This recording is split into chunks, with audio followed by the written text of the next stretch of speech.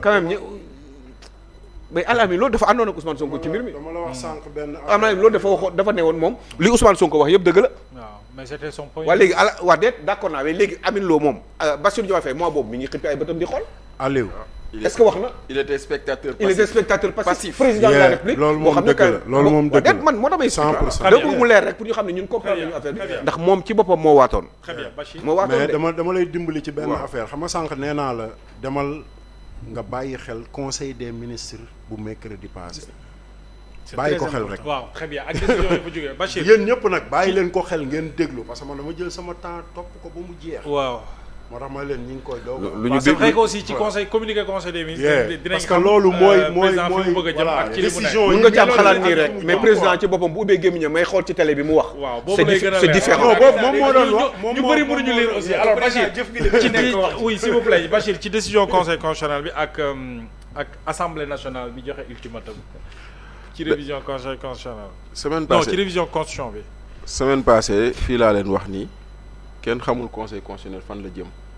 waaye ñett tontu la waroon tontu te bu njëkk bi la def parce que dama leen ne conseil constitutionnel dina leen ne je suis incompétent. waaw wala mu ne leen je suis compétent Ousmane Sonko peut être député wala je suis compétent Ousmane Sonko ne peut pas être député ñett yooyu rek la doon génnee maanaam conseil constitutionnel dañ ko indil mbuus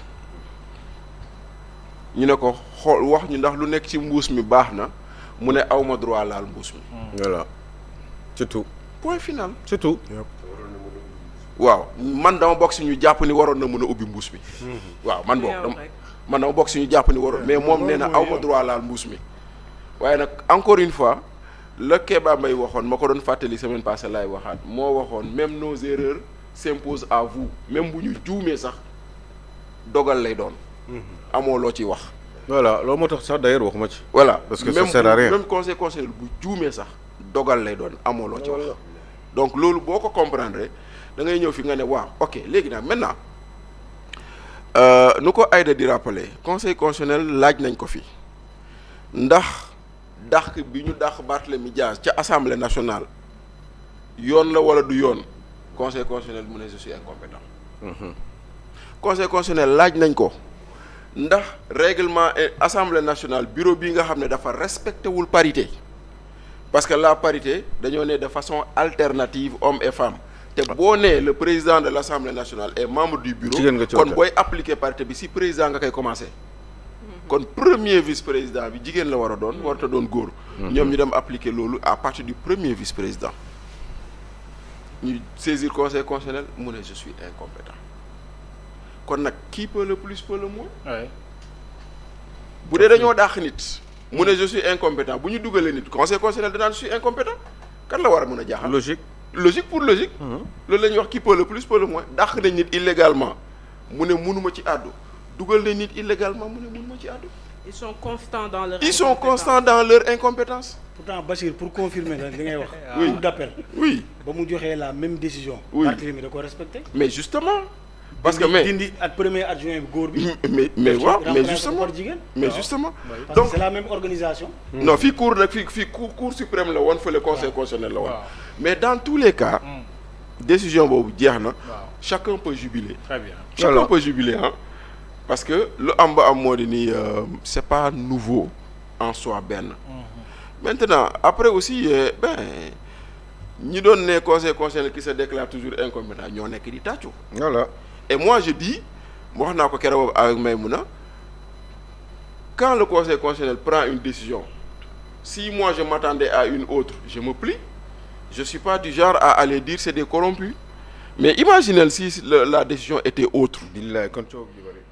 Imaginez si la décision était autre on nous aurait dit ici kon ñii c'est des corrompus c'est rek leen ak leen.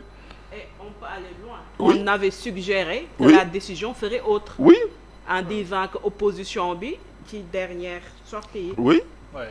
exactement Très bien. donc Ouais. loolu noonu muy benn deuxièmement maintenant quant à oui beneen question bi c'était sur muy assemblée nationale. ultimatum bon man Ousmane Sonko qui met la pression. j'aurais aimé avoir Révision, waaw j'aurais aimé avoir l'avis des spécialistes en droit parlementaire parce que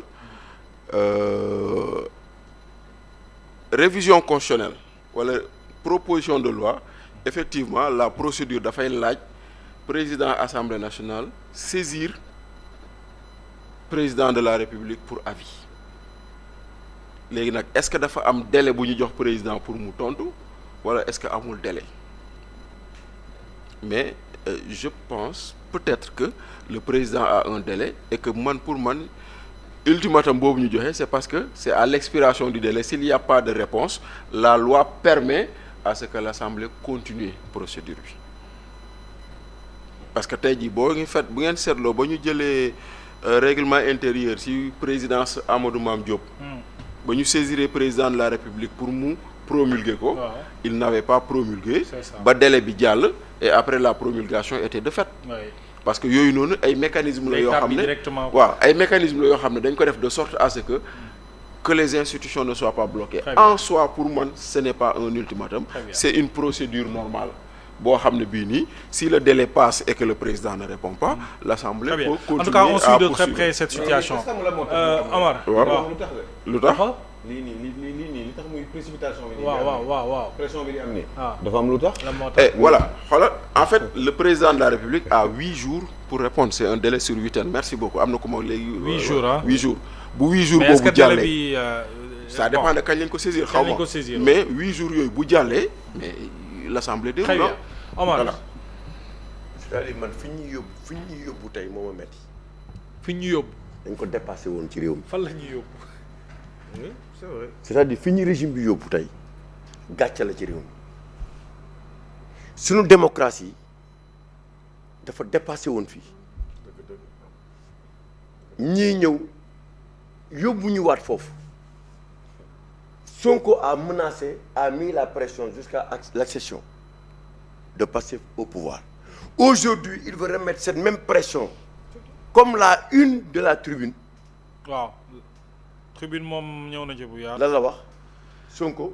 nee na Sonko met la pression et menace Diomaye. c'est parce que ni mu defoon. sur la révision constitutionnelle ni mu defoon ba ñu jël nguur gi. loolu la bëgg def ba yaakaar ne mën na accéder au pouvoir mën na nekk président. moo tax ma bëgg xam li Diomaye xalaat lii moo tax ma bëgg xam li Diomaye xalaat. te Diomaye li mu xalaat il faut mu wax ko mais oui mais parce que li mu wax ni dëgg la. kon président Diomaye dafa war a génn. te loolu moo fi mës a am Sonko a toujours réussi ses missions. ok léegi. ba léegi Diomaye fi ñu toll nii lan la ci xalaat. Diomaye day jëf rek ci jëf bi la. Finalement Aliou. certains qui se demandent est-ce que Sonko et Diomaye ne sont pas en train de dealer sur le dos des Sénégalais. boobaa est-ce que du ñëw. waaw mais dina parce que bu fekkente ne non wax ma je dis certains man wax ma loolu de dama ni ñu koy wax. est-ce que duñu am dëgg ñu koy wax bakkan la ñuy waxee rek. ah oui les gens peuvent interpréter de manière bu leen neex. waxuma ci la bord de je dis que dañuy interpréter nu ñu neex ndax lii dara leeru. Diomaye na wax. léegi bu waxoon lii yëpp lii ñuy wax nii yëpp. waaw mais il faut pas. du ñu ne est-ce que c'est-à-dire quoi. c'est-à-dire waaw. il faut pas que